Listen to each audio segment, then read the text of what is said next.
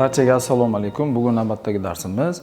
Bugungi mavzuyimiz bu obsessiv kompulsiv buzilishlar, ya'ni OKR. Obsessiv kompulsiv buzilishlarni demak uchrashi epidemiologiyasi dunyo bo'yicha dunyo aholisining 3%ni tashkil qiladi. Obsessiya bu fikr, kompulsiya bu harakat, ya'ni xatti harakatni anglatadi. Bunday insonlarda quyidagicha shikoyatlar bilan murojaat qilishadi. O'zlari kontrol qila olmaydigan fikrni doimiy kelishi. Bu fikrni nazorat qila olishmaydi va o'zlarining xohishlari bilan emas, o'zi bu fikrlar ketma-ket kelishni boshlaydi. Ya'ni insonlar bu fikrni qanchalik to'xtatishga harakat qilishmasin, bu fikr yanada kelishda davom etadi. Kompulsiya esa bu xatti harakat. Aynan o'sha xavotirlarni pasaytirish uchun qilinadigan demak harakatlar yoki nimadir harakat o'zlari o'ylab topib olishadi. Xavotirni pasaytirish uchun qilinadigan bir javob reaksiyasi desa ham bo'ladi.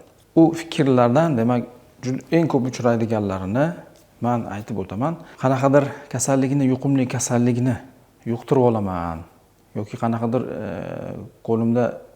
qo'lim bilan nimadir kontakt bo'lganda aynan zararlandi meni qo'lim deb o'ylashadi. Bu fikr ko'rinishida keladi. Va qo'llarini tinmasdan qayta yuvishadi. Ya'ni qo'lni yuvgandan so'ng bo'ldi, qo'lim toza bo'ldi deb o'ylashadi ma'lum bir muddatgacha. Ozgina vaqt o'tgandan so'ng yana qo'llarini yuvishga majbur bo'lishadi. Qayta yuvishadi. Uzoq vaqt davomida aynan shu qo'l yuvish bilan band bo'lishadi. Keyingisi demak o'ziga va o'zga insonlarga, ya'ni birovlarga ziyon yetkazib qo'yishdan qo'rqish. Ya'ni aynan bu fikrga ega bo'lgan insonlar ko'pincha o'zlarining yonlarida, atrofdan har xil tig'li buyumlarni, har xil o'tkir, kesuvchi buyumlarni har doim yashirib yurishadi. Aynan qo'rqishadiki, o'zimga ziyon yetkazib qo'yaman yoki birovga ziyon yetkazib qo'yaman. Ayniqsa oxirgi vaqtlar ko'p uchrayapti, ya'ni yosh chaqalog'i bor ayollarimizda aynan chaqalog'imga ziyon yetkazib qo'yaman degan qo'rquv bor. Shu uchun har doim bekitib yurishadi. Tig'li kesuvchi buyumlarni. Yoki uyni qulfladimmi, qulflamadimmi, svetni o'chirdimmi, o'chirmadimmi. Bitovoy sabablar ham juda ko'p uchraydi. Gazni o'chirdimmi, o'chirmadimmi. Bu insonlar ko'proq o'zini qayta nazorat qilishni odatlantirib qo'yadi.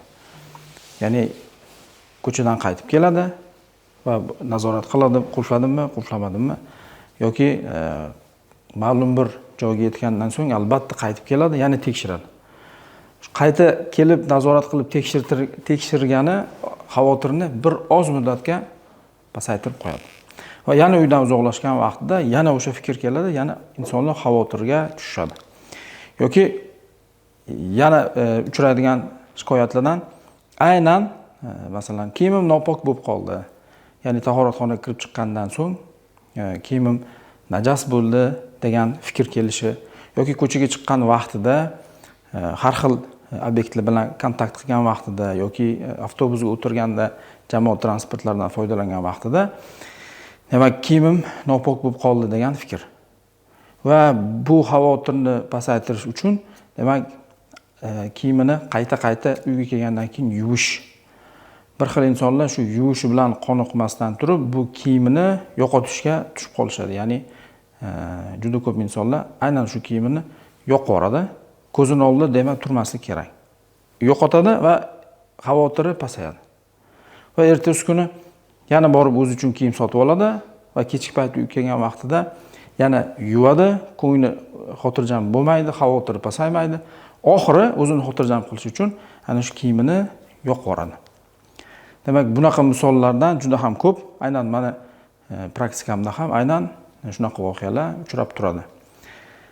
Yana shikoyatlardan bittasi, masalan, erkak kishi tomonidan qanaqadir nomahram ayol kishini ko'rib qoldim, ko'zim bilan ko'rib qoldimda va qanaqadir bu ko'proq e'tiqod bilan bog'liq bo'lgan shikoyatlar, bu masalalar va ko'zini yuvish. Ya'ni men ko'rib qoldim ayol kishini. Endi bu ko'zlarimni yuvishim kerak. Bir qanaqadir bir gunoh qildim degan ishonchlari, xulosalari bo'ladi. yoki ayollar tomonidan, masalan, erkak kishini ko'rib qolsa, o'sha noto'g'ri ish qildim deb xavotirlar, qo'rquvlari kuchayadi va ular ham aynan majbur bo'ladi bu muammosini ayta olmaydi va qayta bu vaziyatga duch kelgandan keyin aynan mutaxassisga murojaat qilishga majbur bo'lishadi. Bu aynan qo'rquvni va o'sha kompulsiyani hosil bo'lish mexanizmini men tushuntirib beraman. Bu yerda birlamchi sabab aynan fikr. Hozir aytib o'tgan fikrlarim. Fikr keladi. Bu kontrol qilish juda ham qiyin. Bu insonning xohishisiz o'zi keladi. Bu fikr kelgandan so'ng insonda xavotir paydo bo'ladi, qo'rquv paydo bo'ladi, ko'tariladi xavotiri va qo'rquvi. Juda ham insonga bu diskomfort. Aynan mana shu vaqtida vegetativ aktivlik kuzatiladi insonda. Fikrdan shu darajada qo'rqadi, shu darajada xavotirlanadi. Sababi miyasiga kelgan fikrdagi harakatni, aynan o'sha narsani inson men hayotda real qilib qo'yaman deb qo'rqadi. Va vegetativ simptomlar aynan shu yerda yuzaga keladi. Va bu diskomfort bo'lgani uchun, bu xavotirli vaziyat bo'lgani uchun aynan shu fikrdan qutulishga harakat qiladi inson. Shu qutulishga harakat qilish vaqtida insonda kompulsiv harakatlik yuzaga keladi. Ya'ni xavotirni pasaytirish uchun. Misol qilib aytaman.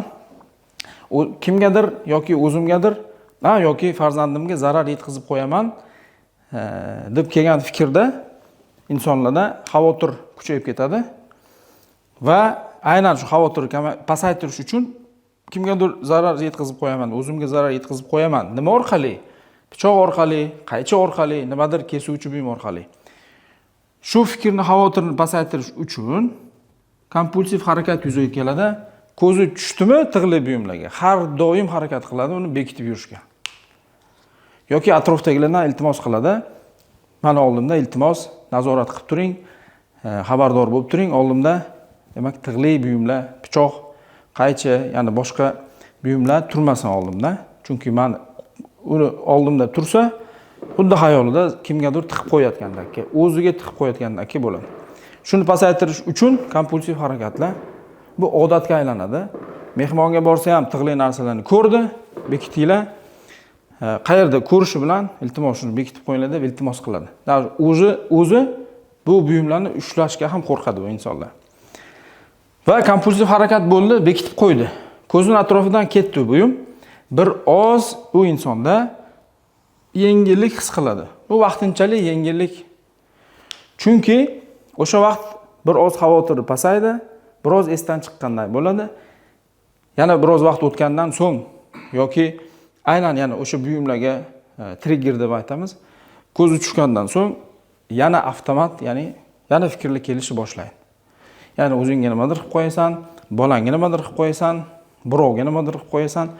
Xuddi mana shu zanjir reaksiya obsessiv kompulsiv buzilishga ega bo'lgan insonlarni hayot sifatini tushirib yuboradi. Ana endi aynan obsessiv kompulsiv buzilishga ega bo'lgan insonlarga tavsiya. O'zi birinchi tavsiya o'zidagi vaziyatni to'g'ri tushunish, ya'ni sizdagi holat xavfli emasligini ongli ravishda tushunish. Hayolingizga kelgan narsani qilib qo'yishdan qo'rqishingiz boshlang'ich paytida sizda ma'lumot bo'lmagani uchun to'g'ri. Lekin mana bugun sizga to'liq ma'lumot berdim. Aynan hayolingizga kelgan narsani qilib qo'yish hali shuncha yil ishlagan praktikamda hech kimda bo'lgani yo'q. Kimgadir ziyon yetkazib qo'yaman degan odam, o'ziga ziyon yetkazib qo'yaman degan odamlar shu vaqtgacha hech kimga ziyon yetkazmagan. Shuning uchun bugundan boshlab, demak, bu fikrdan qo'rqmaslikka harakat qiling. Bu siz o'ylagan darajada vahimali, qo'rqinchli narsa emas. O'zi psixoterapiyada aynan bitta usul bor. Ekspozitsiya degan usul. Bu aynan mutaxassisning yordamisiz o'zingizga yordam berishingiz mumkin bo'lgan yagona usul. Juda ham ko'p insonlar, mingdan oshiq insonlar aynan mana shu muammolardan shu usuldan foydalanib, demak, qutulib ketishadi. Ekspozitsiya nima degani bu? Aynan sizni qo'rquvga soladigan va sizda xavotir chaqiradigan holatga bosqichma-bosqich yaqinlashish degani. Ya'ni misol sifatida tushuntirib beraman. Aynan tig'li buyumlardan qo'rqadigan insonlar uchun. Ularda trigger nima? Aynan nimanidir ko'rib qolish. qaysidir tig'li buyum ko'rib qolish trigger bo'ladi, ya'ni fikr keladi sirazi insonni ongiga. Aynan ekspozitsiyada birinchi sharti demak javob reaksiyasini to'xtatish. Ko'rib qoldingizmi tig'li buyumni, uni yashirishni to'xtatish kerak, ya'ni yashirmaslikdan boshlash kerak. Tursin ko'zingiz oldida, lekin yashirmang. Yana ikkinchi misol aynan ekspozitsiyaga. Aynan qo'lim zararlanib qoldi, nimadir yuqumli kasallik bilan kasallanib qolishim mumkin degan insonlarga aynan javob berish reaksiyasini to'xtatish degani xayolingizga keldi. Qo'lim nimadir qanaqadir infeksiya qo'limga kontakt orqali ya'ni zararlandi qo'lim dengda va buni javob reaksiyasi bu borib yuvish, ya'ni kompulsiya. Aynan yuvmaslikdan boshlang. Xayolingizga keldi, qo'lim zararlandi, yuvmayman, ya'ni javobni bermaymiz. Tig'li buyumdan qo'rqadiganlar bo'lsa, bekitmasdan boshlash kerak. Boshlanishi javob reaksiyani bermaymiz. Keyingisi bosqichma-bosqich muammoga yaqinlash. Birinchi tasavvur qilish. Yaqinlashishning birinchi bosqichi tasavvur qilish. Pichoqdan qo'rqadigan insonlarga yashirmadik. Bunga moslashamiz ma'lum bir vaqt. Keyin tasavvur qilamiz xayolimizda. Xayolimizda pichoqni olib ko'ramiz qo'limizga yoki pichoqni rasmini kuzatishimiz mumkin bemalol. Internet tarmoqlaridan ko'ring pichoqni. Yo o'zingizdagi pichoqni rasmga olib yuzdagin. Ko'ring. Bu bosqichma-bosqich yaqinlashish turiga kiradi. Va keyingi bosqichda esa bu pichoqqa demak yaqinlashishga harakat qiling.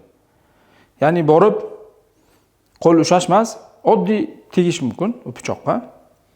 Ma'lum bir vaqt. Sizda xavotir bir uyg'onib oladi. U vaziyatdan qochmasangiz, uni bekitib qo'ymasangiz, sekin-sekin xavotiringiz o'zidan o'zi pasayish boshlaydi. Bu aynan fiziologik jarayon. Aynan ekspozitsiyani xuddi shu tartibda qilishinglar kerak bo'ladi. Ziyon yetkazib qo'yaman degan inson qo'lini yuvishni to'xtatadi. Absolut to'xtatadi va sekin-sekin aynan qo'lim zararlanib qoldi degan inson aynan qo'lini nimagadir ishlatishni boshlaydi. Ya'ni o'sha qo'l bilan bir yeydigan narsasini ushlash, ya'ni qoshig'ini ushlash yoki piyolasini ushlash bosqichma-bosqich yaqinlashib boradi. Va oxir-oqibat aynan uni xavotirga soladigan narsa bilan kontakt qilish. Ya'ni tig'li buyumdan qo'rqadigan insonlar aynan pichoqni borib ushlash. Qo'liga olib ko'rish. Qo'liga ushlaydi va borgan sari 1 minut ushlab tursin, 3 minut ushlab tursin, 5 minut, 10 minut, 15 minut, yarim soat. Bosqichma-bosqich yaqinlashadi. Ya'ni qo'liga olish. Bu 3-bosqichi. Keyingi bosqichlarda esa uni ishlatish. Ya'ni uy ro'zg'or nimagadir, masalan, uydagilarga yordam berish maqsadidami yo o'zi uchunmi? U pichoqni qaysidir maqsadda ishlatish. Keyingi bosqich. Va buni ma'lum bir muddat aynan bu narsa unda o'zi xavotir chaqirmaslikni boshlagandan keyin insonlarning oldida aynan u pichoqni demak u bilan ko'proq kontakt bo'lish. Yonida kimdir bor, uyda masalan ayoli bor, ota-onasi bor. Aynan ularning oldida bu pichoqni prosta ko'tarib yurish. Ishlatmasdan oddiy yaqinlashish qaysidir insonlarga va uni doimalik kontaktda yurish. Bu aynan ekspozitsiya usuliga kiradi va juda ham ko'p minglagan bemorlarga aynan shu usul yordam beradi. Psixoterapevtsiz yordam beradigan usul. Qo'lim zararlanib qoladi degan inson esa oxir shu darajaga boradiki, bemalol qo'lini yuvmasdan, qo'lini xohlagan joyga kontakt qilib, ushlab, ko'chaga chiqqandan keyin har xil ommaviy transport vositaga chiqadimi yoki bir bozorlarga boradimi, imkon qadar ko'proq kontakt qilib, qo'lni yuvmasdan yaxshi bo'lgungacha bosqichma-bosqich, 1 kun, 2 kun, 3 kunda emas, bunga haftalab ketadi, oylab ketadi, lekin shuni albatta qilish kerak. Ya'ni o'sha zararlangan qo'li bilan xayolida zararlangan qo'li bilan demak sekin-sekin ovqatni yeyish va o'zini a'zolariga tekkizish, masalan yuziga tekkizish qo'lini. Xuddi shu tartibda. Va bundan ham kuchlisi bor ekspozitsiyani. Ayniqsa qo'lim ziyon tegib qoladigan deganlarga bundan ham bir kuchliroq ekspozitsiya usuli bor. Lekin boshida tavsiya qilmayman, lekin bosqichma-bosqich o'shanga borsa bo'ladi. Bu odamlardan biz ko'proq praktikamda talab qiladigan narsam aynan oyoq kiyimiga, demak, qo'lni tekkizish. Bu insonlar uchun juda katta katastrofa, juda ham qo'rquv va vahima chaqiradigan narsa. Oyoq kiyimiga qo'lni tekkizish. Va oyoq kiyimiga qo'lni tekkizib, sekin-asta bu qo'llarni ishlatib, keyin yuziga tekkizish, o'zi shu darajaga keldimi, o'zi avtomatik ravishda qo'rquv, xavotir pasayib, demak, yo'qolib qolish ham imkoni bor. Aynan shu narsa sizga yordam beradi. Men ishonamanki, bugundan boshlab shu metodni ishlatib qo'llab ko'rasizlar va batamom muammodan qutulish esa oxiri albatta psixoterapevt yordami bilan bo'ladi. Chunki bunga sabab bo'lgan har bir inson uchun o'ziga xos bo'lgan sabablar bor. U sabablar bilan esa psixoterapevt ishlaydi. Lekin aynan 70-80% o'qiyotgan insonlar oddiy shu ekspozitsiya bilan ham bemalol qutulib ketishi mumkin.